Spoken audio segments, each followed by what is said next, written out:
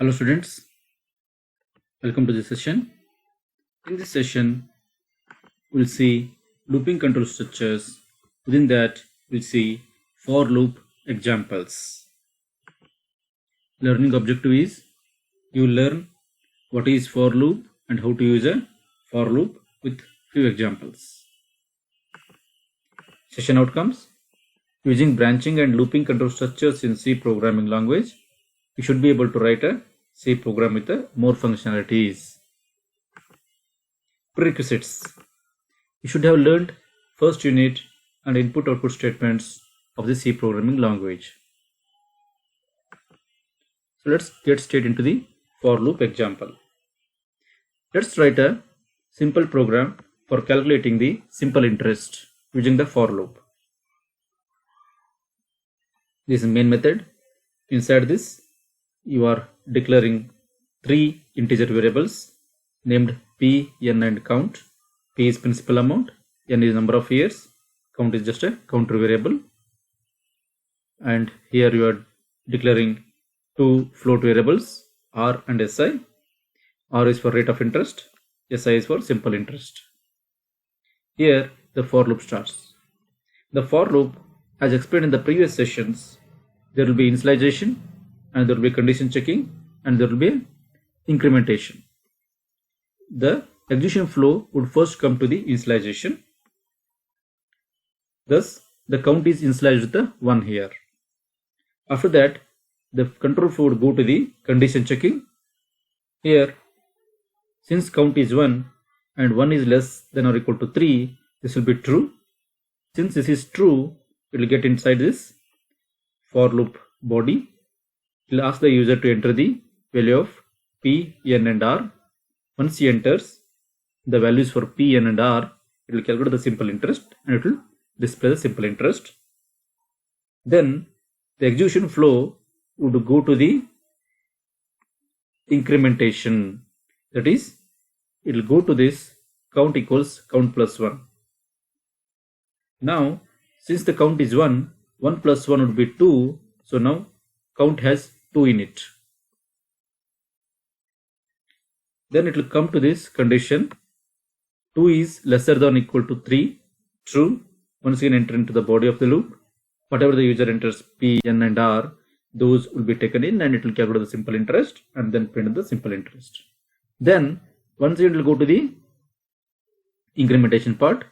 Now count is 2. 2 plus 1 will be 3 and that will be put up in the count. And next will come to the condition checking. 3 is less than or equal to 3. Still it is true. It will get inside this body of the for loop.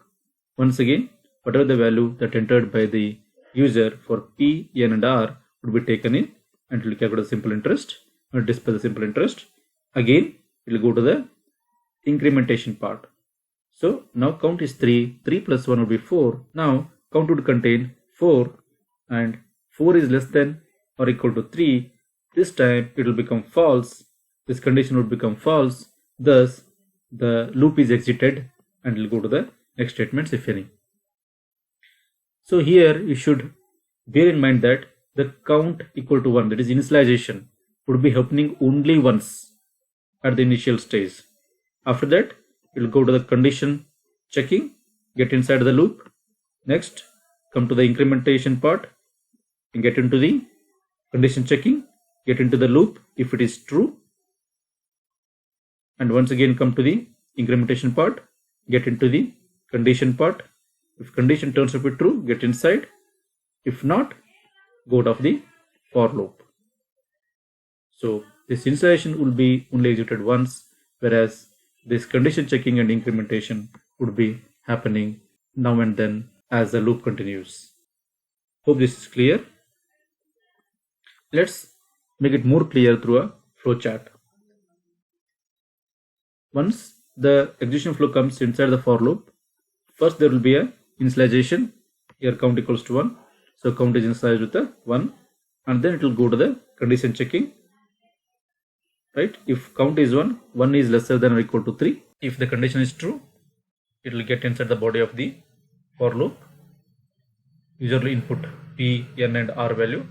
It will calculate a simple interest and it will print it. Next it will go to the incrementation part. So count equals count plus 1. Now count will become 2 here because count is now 1. 1 plus 1 will be 2. This count which is 2 now will come into the condition checking part, and 2 is lesser than or equal to 3. It is true. So it will get into the body of the loop. And once again it will come to the incrementation part. 2 plus 1 will be 3. Now count has 3. 3 is lesser than or equal to 3. It will be true. So it will once again get into the body of the loop. Then once again it will come to the incrementation part. And here 3 plus 1 will be 4. Now count has 4. 4 is less than or equal to 3. In this condition checking it will fail. Thus it will go to the out of the loop. So it will stop the execution of the looping statement called for. It will go to the next statements.